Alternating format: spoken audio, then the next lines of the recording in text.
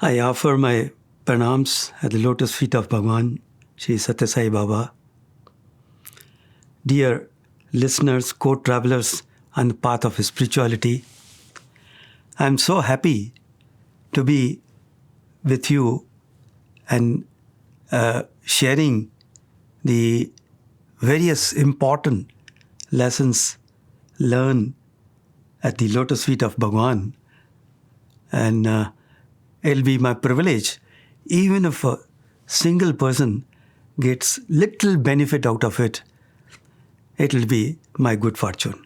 After Swamiji appointed me in the MBA department, that time there were no professors, there were lectures, but he said, I appoint you as a professor. Wow. Then after a few days, Swamiji came and asked me, what's your name?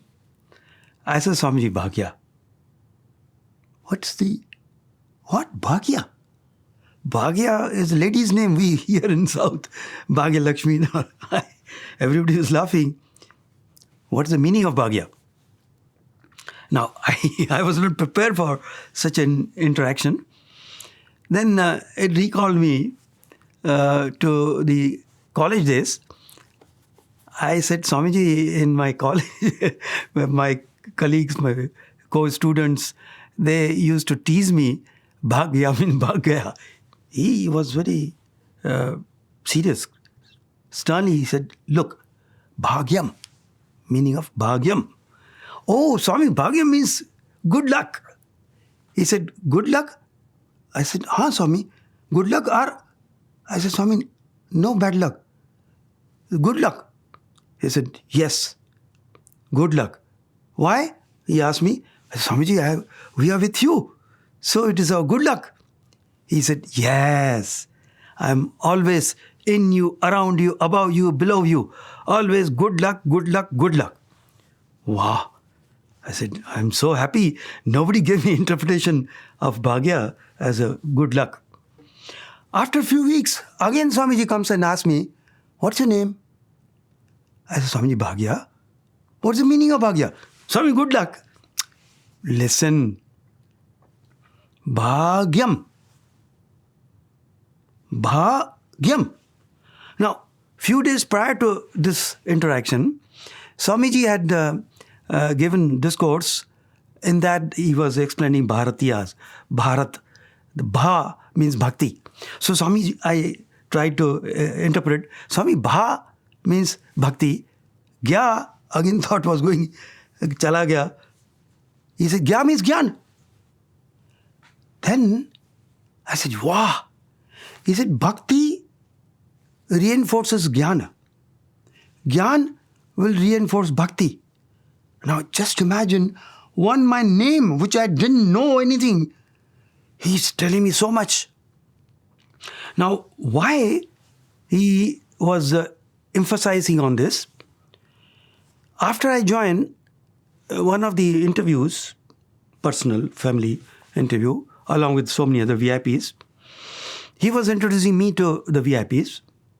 And then he asked me, Kya karta hai? What are you doing? I said, Swamiji has appointed me professor in MBA department. And what did you do before coming? I said, Swamiji, I'm a first chemical engineer from Bombay University. And he didn't allow me to complete the sentence. He said, forget about your chemistry and chemical engineering. Sir, inquire who am I? I didn't know. What is this inquiry? Who am I? In my mind, I said, Swamiji, I accepted you as God. That's why I have come here. And you are asking me who you are. You are avatar. But that was not the way he wanted me to think. Look at his master plan. Came out from the interview room. One very senior old devotee, he met me. He was keen to find out what did Swami interact with me. Frankly, I was not interested in that because I wanted to enjoy or do introspection based on what Swami has said. But this gentleman kept on asking me, and he gave me a book he said, would you be interested in a book, Teachings of Ramana Maharshi by Paul Britton or something? So I, out of respect for the elderly person, I took the book, opened the chapter. Third chapter was, Who am I? I said, what? Who am I as a subject? It's not that Swami was asking me who he is, but I should find out who I am. So this is how Swami put me on a path of self-inquiry. Now, keeping that in mind, I thought, now just you have to find out who you are. There's no need of bhakti, running after Swami, or attending bhajans. And that may not be required. Swami put me on a path of self-inquiry. So when second time he asked me, what is your name? Bhagia. What's the meaning of Bhagia? I said, Swami, bhakti and jnana. There he said, bhakti reinforces jnana, jnana reinforces bhakti. Because you are on a jnana marg, you can't forget about bhakti. Okay? So I understood that both the things have to be kept at the same pace. Then again, after several months, he asked me, what's his name? I said, Swamiji, Bhagia. What's the meaning of Bhagia? Swami, bhakti and jnana. He said, bhakti and jnana, they are like two banks of the river. Now, river has to reach the goal, destination of merging in ocean. How will it do? Water is required, which will flow through two banks, isn't it? I said, yes, Swami. So, bhakti, jnana, and water is karma. You can't stop karma. I said, oh. Again he corrected me that don't think. Then I was still thinking. He said, look, in front of Swami on a wall there was a clock. He said, look, the seconds hand, it moves, it is like a karma. 60 good karma, 60 digits, it moves the minute's hand by 1 digit. So, when you do good karma, your bhakti increases. 60 such digits of bhakti, your jnana increases. Any one of them, if you stop, the clock stops. So, nothing can be stopped. I say, wow, what a wonderful way. Please don't misunderstand me that I'm trying to highlight Bhagia and all. Bhagia, name Bhagawan took for all of us to learn, because many people, including VIPs at that time, they would come and ask me, why Swami asking you again and again, what is your name, Bhagia and all. Not only that, Swami started asking them, are you Bhagia? Are you Bhagia? They were laughing and they came to me. Why is Swami including us also to be Bhagia? Then I would naturally give them the whole background. So they are also enlightened or given guidelines. Similarly, one day, I was given various subjects. One of the subjects was production management. In that, CI test was there, mid-semester test. And there, I had put set the question paper for 50 marks. And very first question for 25 marks, I had put that what are the 5 life breaths of an industry which Bhagawan Sri Sathya Sai Baba has given? Using those, how a manager could be an effective production manager. Now, Swami had told us, he had said, explain to us. So I thought when Swami has explained on a subject, it is my duty to highlight that and let the students understand this. So one Sunday, Swami came and asked me, what examination? I said, Swami, tomorrow is a paper. In fact, I recollected that it is tomorrow the production management test. He said, what? I said, production. What is a production? So he started taking my exam. I said, Swamiji, it is a projection of the mind. Then only it comes. He said, what are the most important things for any industry? Production, collection, connection, then direction. So he gave 5 live bets. Protection. So now he started explaining. I was giggling because I recollect that's the very first question I put, and Swami is not only giving them the question, but even the answer. Now, mind you, there were many students sitting away from where Swami was interacting with me. They thought that the interaction is not important. Tomorrow, paper is there. So they were busy in reading the subject matter. Whereas those who were close to Bhagawan, they paid attention. This is where, even in Bhagavad Gita, it was the conversation between Lord and Arjuna. And it was so much, anxiousness, anxiety, that even few words can come out. People were praying to Lord of air, Pavan, that please bring few words. Here, Swami was giving them so much input, some of them, they were not very careful. Next day morning, the examination was to start at 9 o'clock. I distributed the answer books, and then before even the bell was given, hardly a couple of minutes were remaining, I gave them the question paper and told them also to enlighten their moods that, see, yesterday Swami was talking about the production, connection, collection. Very first question is that, and enjoy, man, write.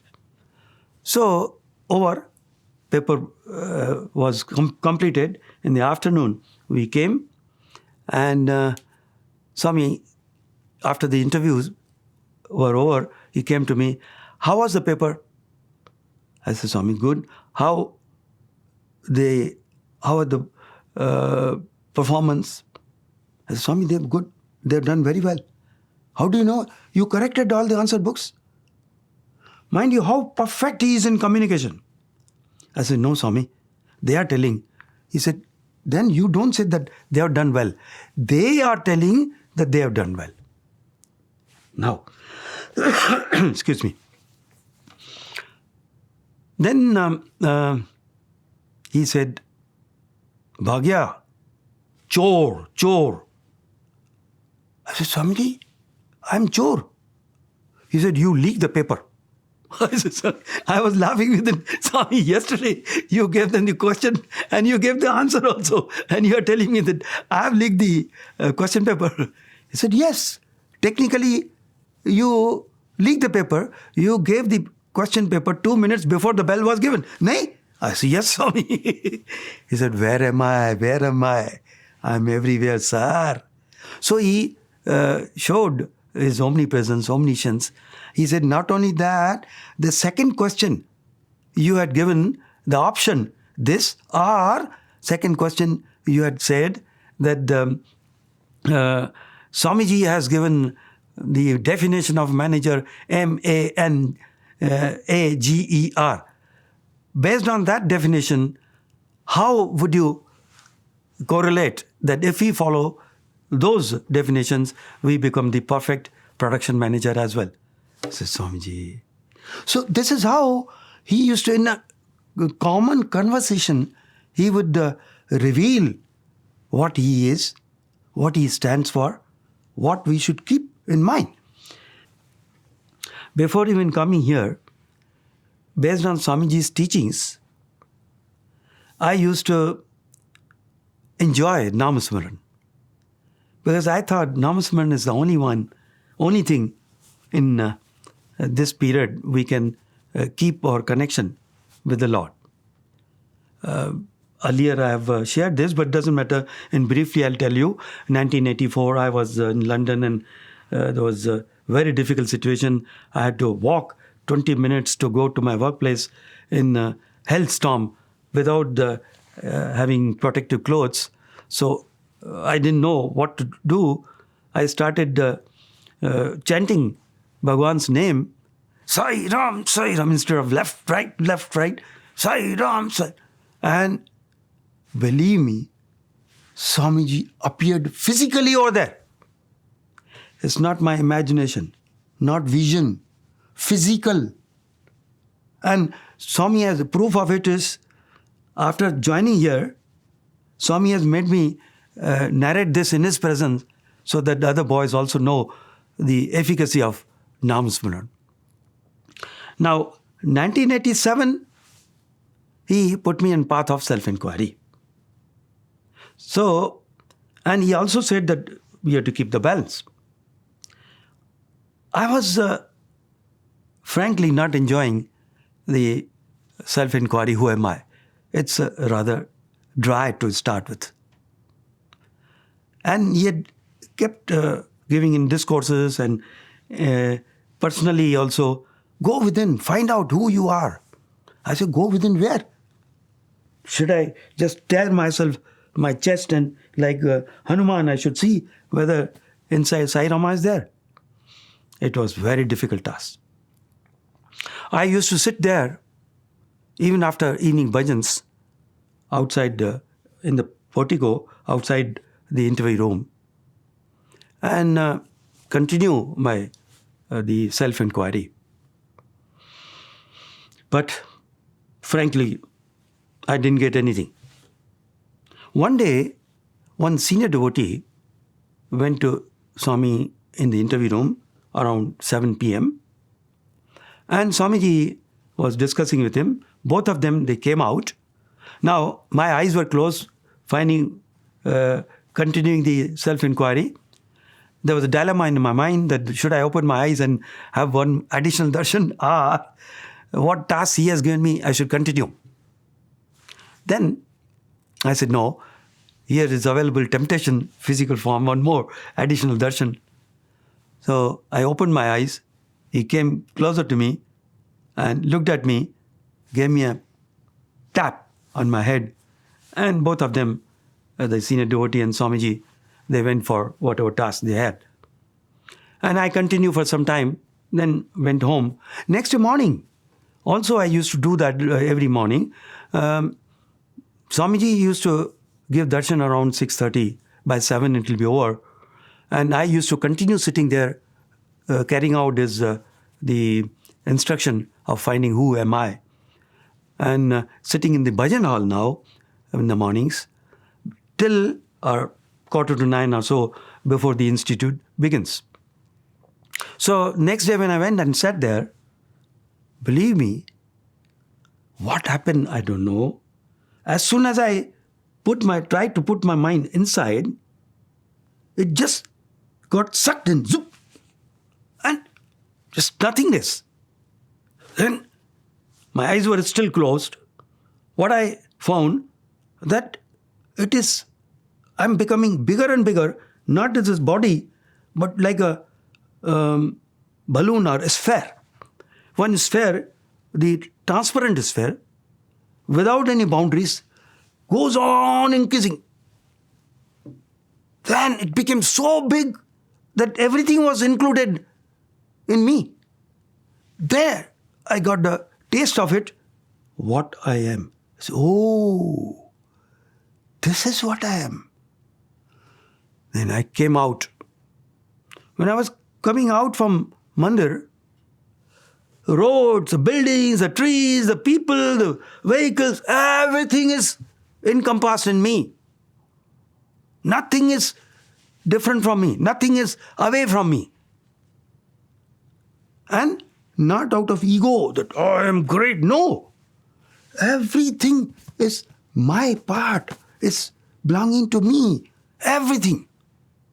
So the selfless, pure love would emanate. I don't know till today what I have taught the students on that day. Afternoon, when we came back and sat for darshan, then still enjoy. The bliss was continuing. That everything is me. Everything. Including this body is a tiny dot in me. Then Swamiji came for darshan. He looked at me as if a prick to the balloon. Psss. Then I came back to my abnormal situation of what I was before this experience. So now he gave me the taste so that mind will yearn only to get such experience again and again. But it takes a lot of sadhana. In 1989 itself, after this experience, Swamiji apparently he used to show displeasure with teachers and students, and he would blame teachers first because we are not progressing on a spiritual path according to what he has set for us. So he showed that he is upset with us. The worst punishment Lord used to give is stop talking to the people. So he stopped talking to the teachers and research scholars, administrators. Everybody was upset. Everybody was praying and trying. Swami, please. Swami won't pay. Finally, with a lot of prayers in the minds of teachers, he relented. He came to the institute to tell us that, because we finally said, Swami, please guide us. What mistake, what wrong we have done, please correct us. Swamiji came to the institute and he gave a discourse. He said, I'm just coming to a point which was very, very relevant to me. He said, the most important sadhana is Namasamaran. You people are teaching subjects, good. But what about your personal sadhana? So Harinam is the only way to reach the goal in Kali age. Now, I was sitting, leaning on the back of the chair, thinking that actually I was allowed to do video shooting. Swami signaled to me that, hey, keep it down. So I had kept it down. So I was just listening to, focusing only to Swami's discourse. And in my mind, thought was running, since 1987, you put me on the path of self-inquiry. I used to enjoy Namasamaran, so much so that you appeared there in London and you put me, you said, no, you inquire, who am I? And now, to all the teachers, including me in the meeting, you are telling the most efficient way to reach the goal is Namasamaran. That means I wasted 2.5 years. I have to go back now to Namasamaran. Moment this thought came, he looked at me and with a raised voice, he said, even pointing finger at me, that bad habits, sit straight. I was puzzled. Of course, physically on the chair, I was leaning a little bit back. Rest was such, that chair design was such. But immediately I sat straight and was trying to find out what happened here. What have I done?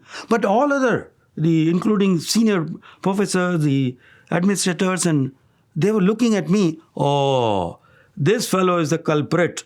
And Swami puts a flit even if one mosquito is seen. So he has made a mistake. Because of that, Swami stopped talking to all of us. Oh. Then after this, I'm just cutting this story short. Then Swamiji, after the discourse, he came, asked one boy to bring the mangoes in the basket. So he was making mango, each one to catch. When I was quite close, he came close to me, I thought I'll get an opportunity to receive mango from Bhagawan. He did not. Because the boy who was carrying, he gave to Swami to be passed on to me. Swami put it back in the basket. I said, oh, today I'll not get even prasadam also. But after finishing, people around me, he came personally, selected the best big mango, and he gave it to me. I had to hold my both hands. And he put my head down, indicating, take namaskar. I said, wow. Special treatment. Everybody again puzzled. On one side, Swami is scolding.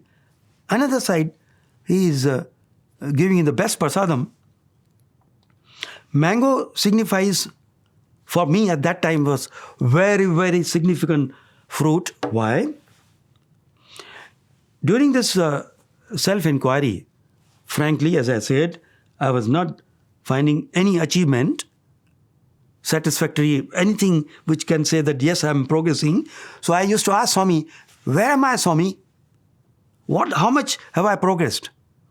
After pleading, in one of the dreams, Swamiji came and he showed that I was seated under mango tree doing some meditation. And one small mango, raw mango, it fell in my lap and indicated to me there itself in my dream that this is the progress. The mango is just born. So it has to become bigger, then ripen, then your sadhana will be over. Whereas here, now, again connecting the same mango, he gave me such a big, beautiful mango. So that means your sadhana is getting matured. Then in the night, it was very difficult. Why did he scold me? Why did he say bad habit? Sit straight. My back, he knows, is not very strong. But then he gave the answer that whatever I may tell publicly, in the sense for all the teachers, Namasmran is the best sadhana. I have put you on a path of self-inquiry.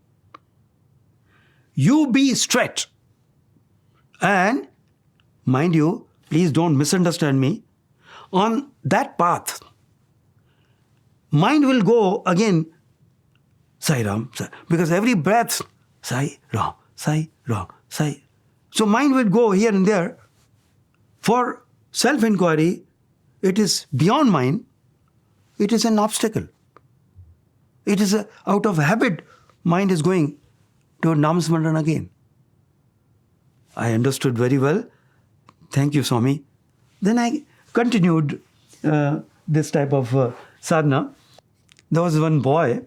Again, nothing against any boys or no praises to any teacher, including when he's interacting with one person, it is meant for everyone. One boy, he joined MBA. He had little ego. He was very good at subject. And he used to interact in the class quite a bit. Swamiji is Antaryami. He used to take undue advantage of his intelligence in the subject. And also in the company, trying to spoil the other students. So one interview to me and Dean and another senior professor, Swami said, chuck that boy out.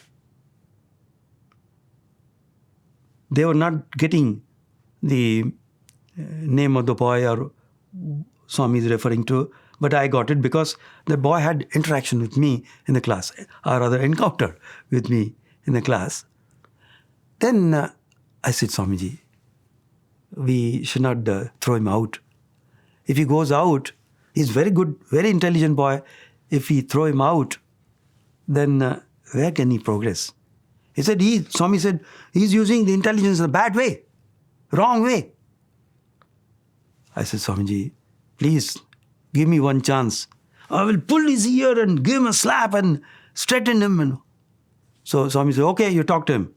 But by the time we came out after evening bhajans, Swami sent a message through senior person that Swami would talk to him directly. Next day, boy got interview. Swami, out of love, pure love, Swami wanted him to understand. But the boy didn't yield much. Now, subsequently, in one of the years, Swamiji, I precisely remember 1993, August, Swamiji called all MBA students and staff in Vrindavan because Swamiji was there and there was some repair work going on here in Prasanthi Nilayam. Swamiji gave a nice treat to all of us. And after that, boys prayed to Bhagawan, Swami, we want a photograph with you. Swami yielded and he said, okay, teach us first. So we went and stood around Swami. One professor had a very good camera and he gave it to this same intelligent boy that you are good. So we are standing, you click, and this is the knob here to press. Those days, the cameras were quite different. So we are stood, Swami the center, so many teachers around, and boy was trying to click, but it won't click. And few seconds, then it is very odd. Professor came out and took the camera back from student, and he clicked, and it clicked. Then Swami said, no, that's not enough. You also come back, Professor. So again, Professor had to go back. Now boy knows that camera is working. Again, boy tried to click. It won't operate. So he was very in an awkward situation, was sweating because making Swami and all of us standing in the sun. So Swami, internally, he was praying to the Lord. Swami looked at him and told him, click. And moment Swami gave a signal, he could click. It was a very good lesson to him that Swami is the doer and he has unnecessarily ego that he is the doer. But I don't think he got it. I could gather because I had interaction with that boy. After some time, Swamiji called that boy. Come here. I said, wow, he's getting so many interactions. Swami told him, can you raise your right hand? He raised. Yes, Swami. Put it down. Raise your left hand. Put it down. Raise both hands. Put it down. I said, Swami is making him drill. Again, boy got busy with arranging groups with Swami's photo, for Swami photo. Then, middle of the process of getting Swami, pictures with Swami, Swami again called him. Hey boy, come. He went there. Raise your right hand. He was not able to write. Okay, raise your left hand. He tried hard. No. Raise both hands. He's not able to raise. There, Swami gave him a nice one. You can't raise even your hands without my will. And you claim that you are the doer. I am the doer. I never show that. You can never operate without my will, and you presume that you are the doer. It was such a profound, effective lesson for all of us. Throughout our life, we have to remember that he is the doer. We are merely puppets. We are merely instruments in his hands. Swami, in one of the summer course classes, he said that we should not waste time. 24 hours, we should do sadhana. So I came back, resigned. The dean was very upset. But I said no. And Swamiji came back. I'm just cutting the story short, coming to the point where how Swami gave me the wonderful guidelines. Swami gave a discourse in the interview room. There, straight, he asked me, what's sadhana? I did not say anything. Then he said, why have you resigned? I said, Swamiji, when I go to the class, I teach subject, my mind gets diverted from abiding in self. Then Swami said, if you segregate, this is spiritual, this is worldly, even in 1,000 births, I will not give you what you want. I got frightened and got hold of Swami's feet. Please, Swami, forgive me. What sin have I done? That after 1,000 births, the statement is, I will not give you. I calculated each birth, even if it is on an average 70 years of human birth, and 70,000 years gone, still not even a promise. There, Swami said, see, I have created this place where students are ready to receive, teachers are ready to give. There cannot be a better place to do sadhana than this. Taking care of them is taking care of the instruments. I am going to use those instruments to cleanse the whole world. And guiding them, removing the little bit here and there dust from their personalities is your sadhana. Share your experiences with them. Make them worthy of being used as instruments in my hands. Then I'll be very happy. Then I'll give you what you want. The most important lesson I learned is that everything is spiritual. You don't have to leave your workplace, go to Himalayas, or then assign time only for some sadhana. Rest of the time is not spiritual progress. Every moment you take an opportunity to progress spiritually. One interaction in Thrice session, a beautiful one. Out of blue, of course out of Swami, he came and asked me, Bhagia, do you watch TV? I said, Swamiji, no. He said, hey, tell me the truth. Look into my eyes and tell me. When I looked into his eyes, it transported me back when I was a 7-year-old boy. There, I had interaction with my grandfather. One night, with my uncle, I had gone for a movie. He had taken me to last show movie, good movie. And then when we came back, my grandfather scolded my uncle, father's brother, younger brother. And to me, he didn't scold. He said, you are spoiled and you are spoiling the young boy also. And then he looked at me. Why did you go there?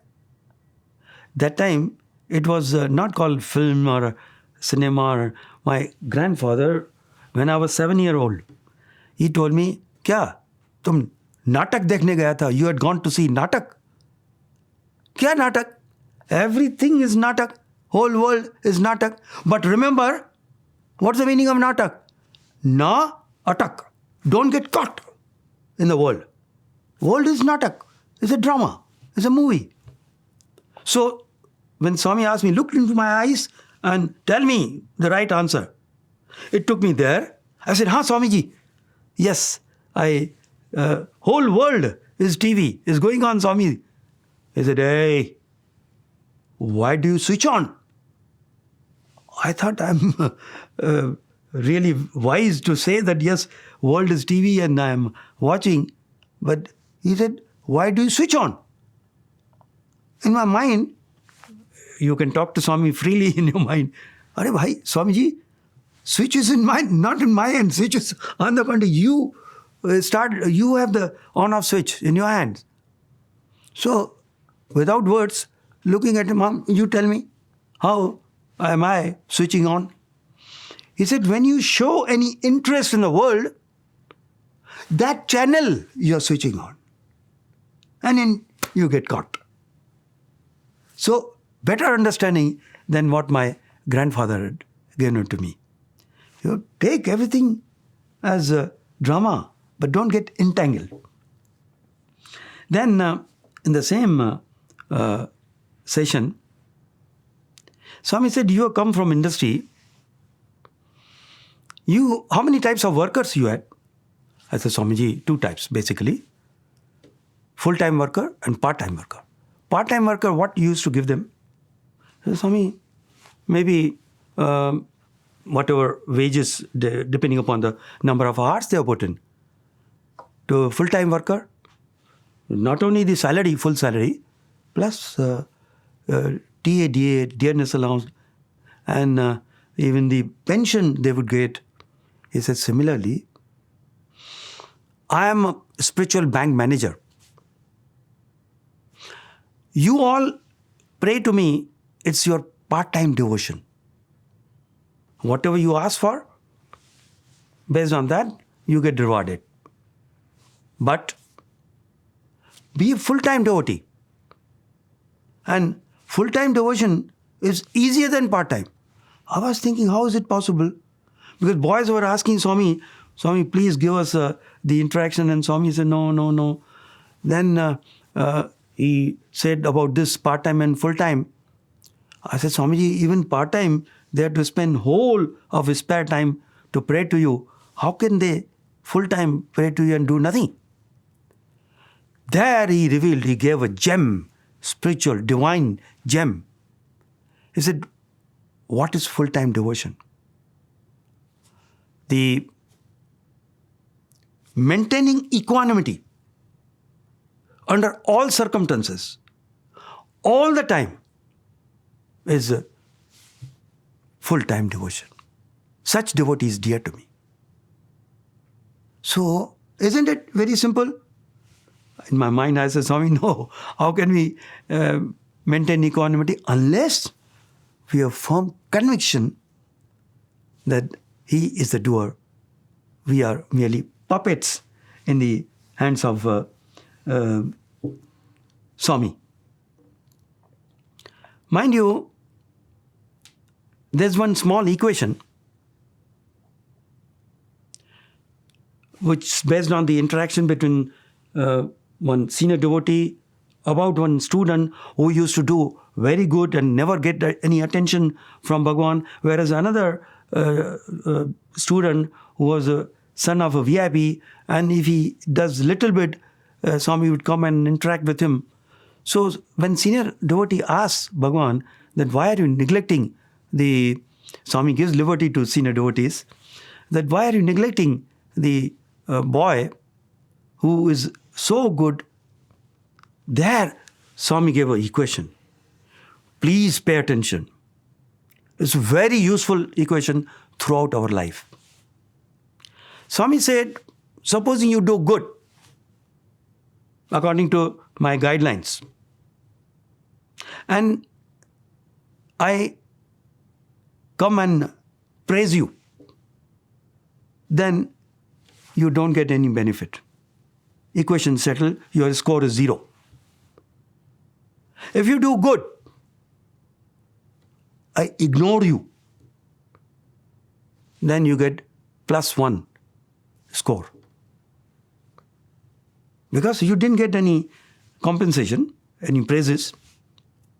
If you do good, for some reason, I come and scold you for different earlier mistakes, and you keep quiet, you understand that, you get +2.